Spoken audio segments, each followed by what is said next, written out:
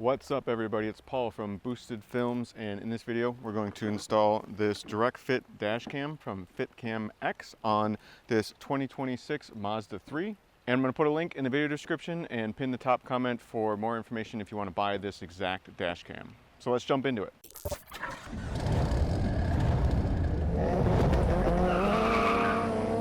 So let's get into a quick unboxing and everything that's included with this dash cam, and we'll also talk briefly about the tools you'll need to do this installation. This dash cam does come with a nice trim removal tool. That's pretty much all you need for the install. Other than a Phillips head screwdriver, you'll want one of those as well. There are two different kits you can get, one kit being just the front camera, the other being the front and the rear. And also it is important to note that this car had a sunroof, so I got the dash cam that can be powered by the sunroof plug-in. They have an option for without a sunroof, but that one plugs into the OBD. Here's everything that's included. It's got these clips that have the double-sided tape on them that can help hold the wire up. This is our rear camera here. Here's the jumper wire, as I like to call it, to give power from the sunroof to the dash cam. And then, of course, the dash cam itself over here. We got the blue piece in the middle is trim removal tool, and we have the SD card that comes with as well. Of course, an owner's manual, and then here is what this piece looks like. Again, it's pretty much a replica of your OEM piece, but it has a built-in dash cam. So there's everything that's included. The front camera is a 4K resolution. The rear camera is 1080p. After this, I'm going to jump into the install portion of this video. I'll show installing the front camera first and then the rear. And then finally, towards the end of the video, if you would like to see some sample footage of what this camera can do and what it will look like potentially from your car, you can jump towards the latter part of this video if you just want to see some sample footage from this dash cam. So let's jump into installing the front portion of this dash cam. I'm going to open up the passenger side door here, just give you a look at what this OEM piece looks like. Of course, we're going to swap out this piece that goes around the rear view mirror, and this car does have the sunroof. Now we're going to utilize the trim removal piece tool that came with the dash cam here. The best point I found was kind of towards the back of this here to kind of push it in and then give it a little twist, and it kind of popped out this left side piece here. But as you can see, it's still kind of hanging on more towards the front of this trim piece. So we're going to get this removal tool up in place here, slide it in, give it a little twist up there as well, and then that should be able to pop out. You'll need a little bit of force to pull these plastic pieces apart, but it shouldn't be too bad. Now I'm going to take the right side off as well. You can see that's still hanging up in place, so we're going to slide that off. Next, we're going to open up our sunglass holder here, take anything out of there that you might see inside. And then the only other tool that you might need for this job, other than the trim removal tool that they give you, is a Phillips head screwdriver, since these are Phillips head screws. So of course we're going to take both those out. Then I'm going to get my hands up in here to give this a pull so I can pull it downward. A little bit of force required here again to get it pulled free. And once you do get it all the way free, it should just hang a little bit by the wires. There's a couple connections behind it that we're going to hold it up.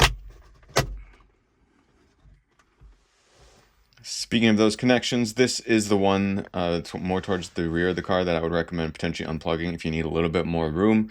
You can unplug this and just let it hang down to kind of just give you more room to work with in here. Because up in here is the connection point that we need to make to put our jumper wire in to send power to our dash cam. It's a little bit tight of a spot to get into, but really you just got to push where I'm pushing now here. You got to squeeze it and then pull it towards the driver's side of the car to get it free. Again, harder to show you this. It's a little bit easier to do when your hand can just block the shot, but I'm trying to give you a shot of showing me removing it here. Again, just pressing in on that one part to release the locking clip that holds it in place. And then you should be able to just pull it backwards here, but I try to use the pry tool just so you could kind of see a little better at what I was doing to pry this free. Once it is unplugged, you're going to want to get access to it, of course, because we're going to plug our jumper wire into that. So this is what I'm calling our jumper wire. This is, again, what's going to provide power to our dash cam. It's a really nice part about this direct fit dash cam is that you don't need to wire anything else. You don't need to wire down your fuse box, do anything like that. This is really a really good piece about making this install easier. So, of course, the one end will plug in here, and you should push it all the way in. Ideally, you'll hear them snap in place. Sometimes they won't always snap in place, but Try to make sure you have it pushed in all the way. Then I'm going to tuck it up into our headliner here a little bit and then plug the other end back into where the OEM wiring harness was. Again, it's a bit of a tight spot in here, so it's a little bit tricky to get your fingers in there, and especially tricky for me to try and film it for you, but of course did the best I could here. It's not really that complicated, just trying to get it up in here so you can get it plugged in all the way. If you can't get your fingers in there, you might be able to use that trim removal tool and use that to assist you in plugging it in as well. So now that that's plugged in all the way, I'm actually just going to put this sunglass holder piece back up in place just a little bit so it holds in place on the rear tabs of it. I'm not going to push it all the way in place. We need to get back in there yet, but I want it out of the way so we can put the actual dash cam part up in place and get those wires where we need to connect them to power it up. So first thing I did was took the driver's side portion of this dash cam and set that in place. There are a couple spots where you can look for it to kind of line up and slide in.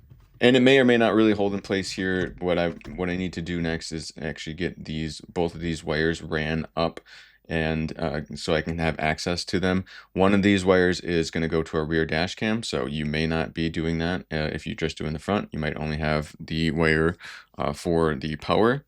Or if you do have the wire for the rear dash cam and you're just not using it, you can still tuck this up this way so you'll be able to just hide it a little bit later. But just showing you the process of me running these up and through, and then next I'm going to cut to a shot so you can see exactly where I ran them. It's a little bit of a tight space in there, but you should be able to, again, tuck these wires up and through so you have access to them. And once you have those wires where you can access them, you should be able to take the passenger side portion of this plastic and line it up and squeeze it in place. Shouldn't take too much force, but of course giving a little bit of force to get those pieces to snap together. Make sure it's snapped, of course, towards the front portion as well as the back. And now you should have your OEM looking dash cam mounted and in place. And you can see again the wires just set off to the side, so I have access to them to route them where they need to go. And now I can drop back down this piece, this sunglass holder piece here, so I can get access to plug in our power wire to power up the dash cam. But before I do that, I need to feed this power wire up and through here, so it's obviously not like sticking out anywhere, so it's completely hidden. So I'm going to show you exactly how I pulled this through and where I ran it through here. And then of course plugging it in, there is an indentation portion where you can see this part that protrudes on that plug-in. You got to line that up, so there is only kind of one way to line this up before you push it in place. So you should just of course make note of that, line it up and push it in, make sure it's plugged in all the way. So I'm going to show you again just another shot of the way this wire was ran, the way I did it. There's of course more than one way to do this, but this is kind of trying to give you a shot of where you can see it ran through this headliner and up to where it connects. And I'm going to have to move that connection point as well a little bit to tuck it up so it won't block us from getting that sunglass holder piece back up in place. And just pointing out to me and mindful of where this piece does connect, so you're going to watch for that so you don't get that wire pinched anywhere when you put this trim piece back up in place. And with that, that's what I'm going to show you right here again, is where I put this connection point. There was a little bit of a plastic piece here that I could kind of tuck it up into to hold it up in place, and I found that that worked well for me to just tuck it up there.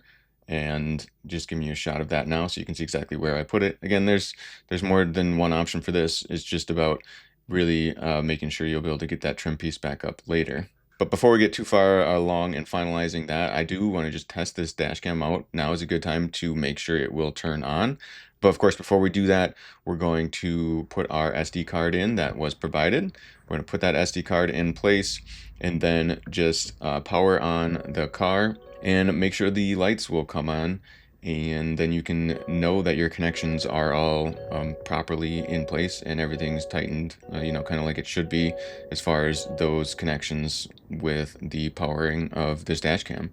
I like to do this just so I don't have to kind of rip this back off later for any reason. It's just a good time to test it. So back to putting this piece back up in place. Again, be mindful of those three protruding parts towards the rear. I try to put those up in place first. and hook those on and then push it up to get it to snap in place. If it seems like there's a lot of force needed to push that in place, again, watch out for that wire that you added. Make sure that wire isn't holding it, blocking it from clipping up in place. And of course, you can put those two Phillips screws back in place and then tighten those up. And now you can see a final shot of what this front dash cam looks like. It's really nice that this is just an OEM looking piece. No one is going to obviously really know that you have a dash cam set in place. It's not going to be something stuck to your windshield. It just looks like factory, and that's really nice. So now I'm going to move on to the rear portion of this dash cam. This, of course, is an optional part you don't necessarily need, but if you went for the rear dash cam, I'm going to show you how to run the wires to the back for this as well. First step here, of course, is untangling this wire mess and getting it all straightened out. Similar to when we plugged in the power for it, there's going to be one kind of protruding point here that lines this connection up, so it really is only going to go one way, so you want to match that up and then plug this wire in place to run power to our rear dash cam. And all the rest of this process is really about how much you want to hide or, make these wires look really clean and not visible. You can tuck it up in the headliner here. This is what worked for me on the front windshield. Worked pretty well to just tuck it up in here, held it right in. They do give you some clips with this kit as well. If you want to use these little other clips, you could just stick it to the windshield a little bit and it's pretty hidden that way too. But I found that the headliner worked for this portion up here in the front to just tuck it up. And then we're going to run it up over to this side pillar here. Be mindful of the fact that your car may have an airbag in that side pillar, so you need to be careful working around that and make sure that wire isn't in a place where if that airbag went off, it would send the wire in front of the airbag. So in this case, we're just going to tuck it up a little bit, a tiny bit underneath the trim where the plastic trim meets the headliner here. We're just going to tuck it up just enough so it's not real visible. And then we're going to run it down the weather stripping down the side of the car here. So here you can see how far we made it. You can see it's behind that weather stripping portion. And then also just giving you a shot of how it ran up and through this portion here as well. There are door trim pieces at the bottom of the door. These plastic pieces, they pop off pretty easy. You should be able to just get your fingers behind there, pull those up. We're going to utilize that as well to help make this install look a bit cleaner. We're going to run our wires underneath there. Again, there's more than one way to do this. You might find something that works a little better for you, or if you don't care as much that it's hidden, you definitely don't have to hide it as well as I did either. Just, of course, make sure it's not a tripping hazard or anything like that. So, of course, we tucked that in as best we could, and we're going to put this trim piece back in place. There are spots where it will line up, so just look for the protruding parts on the back of it and line it up with the holes that you see, and then push it down in place, and it should just snap back in. Continuing on through, we're going to tuck it up under this other pillar, this plastic portion here, as we work our way towards the back seat of the car. Similar situation here with the trim. We're just going to pop that door sill trim piece out, and then that'll give us more access to hide these wires and make it look like a cleaner install here. There's also going to be excess wire potentially, and you can kind of hide that wherever you want. You could potentially put it underneath that rear trim piece. I ended up putting it more underneath the rear seat, but there should be a little bit of excess wire here that you're going to want to end up hiding a little bit later. But for now, I just leave it kind of loose like I did, so you have more room to work with when you do end up sticking that rear camera on that back window. I just pulled up the rear seat here, as you can see. That kind of just gave me enough room to work with to get it underneath this other plastic trim piece that's on the ground, if you really want to hide it down there like I did. And of course, we're going to put that other door sill plastic trim piece back in place once we know we don't need it anymore. And here you can see that it's ran and just set in place. What this comes with, of course, that double-sided tape, and then it also has an arrow direction for pointing what way the camera should be. But what I recommend doing at this point is, if you already have the app for this, Fitcam X, on your phone, download that, make sure it's synced up, and then you connect to the camera, and then you can get a live view of this rear camera while you stick it in place. Of course, it's helpful to have a second person, if possible, to kind of help you make sure you line it up. There's also a line in the back of the car where you can try to make sure you line it up as well with this straight line for the window defrosters back there that you can kind of aim for. But what I did is I took that sticky portion off, of course, and then I had someone help me kind of line up, make sure I had it exactly where it was best lined up before I stuck it in place. I kind of wanted to put it as high as I could as well, just so it wouldn't block any viewing through the rear view mirror. So you just kind of line it up, try to make sure it's as straight as possible, and then stick it on. The good news is you can rotate this up and down, so you can adjust the angle up and down after you have it stuck on. The main thing before you stick it on is just making sure it's centered on the window back there, and of course making sure it's not upside down. So here you can see it's just loosely ran in place, and these are these clips I talked about a little bit earlier that you could possibly use on the front windshield, but they're definitely more useful back here, at least they were for me. So I utilized those clips, I stuck those in place and tucked that wire up. I didn't film myself putting all this wire in place, I'm just going to show you where I ran it here. It's very similar to what we did in the front, of course, just tucking it the best we can, make sure it's not in the way of your seatbelt, make sure it's not in the way of any airbag, stuff like that. Just tucking it in so it's a bit hidden. Ran it up and then tucked it behind that other piece on the side pillar, back side pillar as well. And here it is up by that rear windshield. A bit hard to film, but also the good news is once you kind of zoom out and take a step back here, it's not visible at all, and that was kind of the goal, to make it look like a nice clean install. So hopefully it worked the same for you. The final part of this video will be some sample footage from the dash cam, as I mentioned, and I'll also talk about the app for Fitcam X as well. So as this sample footage plays up on screen, a couple things you should know about it. The front-facing camera is filmed in 4K resolution, but it is scaled down to match the resolution of this video, so it's shrunk down by 50%. So that means ideally it could look even higher quality if you wanted it to, but this is pretty much showing you exactly what the quality is going to look like. And with the rear camera, it's not shrunk down at all. It's just 1080p, fitting the way I recorded the rest of this video. So I'm going to let this video keep playing through. I tried to get different driving conditions, different weather, dark, light. We had some rain in here, of course, as you saw in the beginning too. Now they do offer an app, as I mentioned, the Fitcam X app, and if you want to utilize the app, the best thing for connecting through that app is really if you want to change any settings within your camera. Usually I think that's really if you want to turn sound off, this sound recording, that is. The sound recording was off by default for this one, which I think a lot of people like, just not having the sound recorded, but you can turn it on, of course, to record the sound while you're driving as well. You can also change the loop settings, how long you want the video clips to be.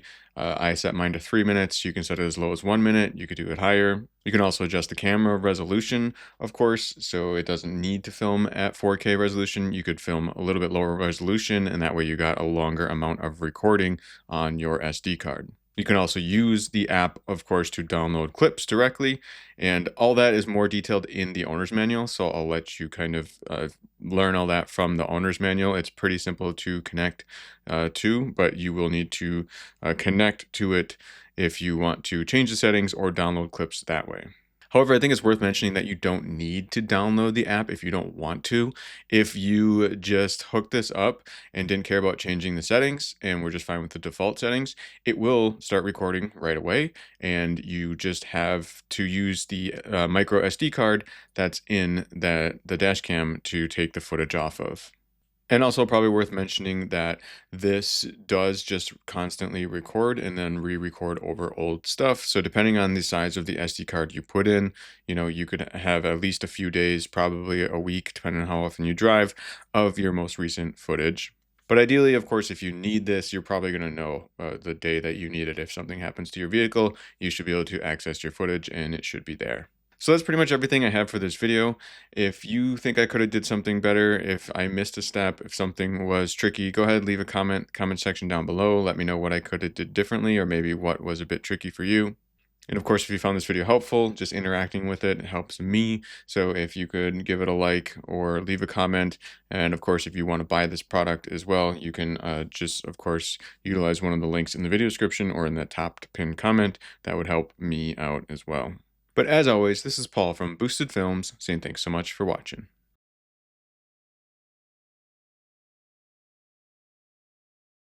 I just want to say that domestic violence is never okay. If you or someone you know is experiencing issues with a partner and doesn't feel safe, please visit the website thehotline.org or call 1-800-799-SAFE.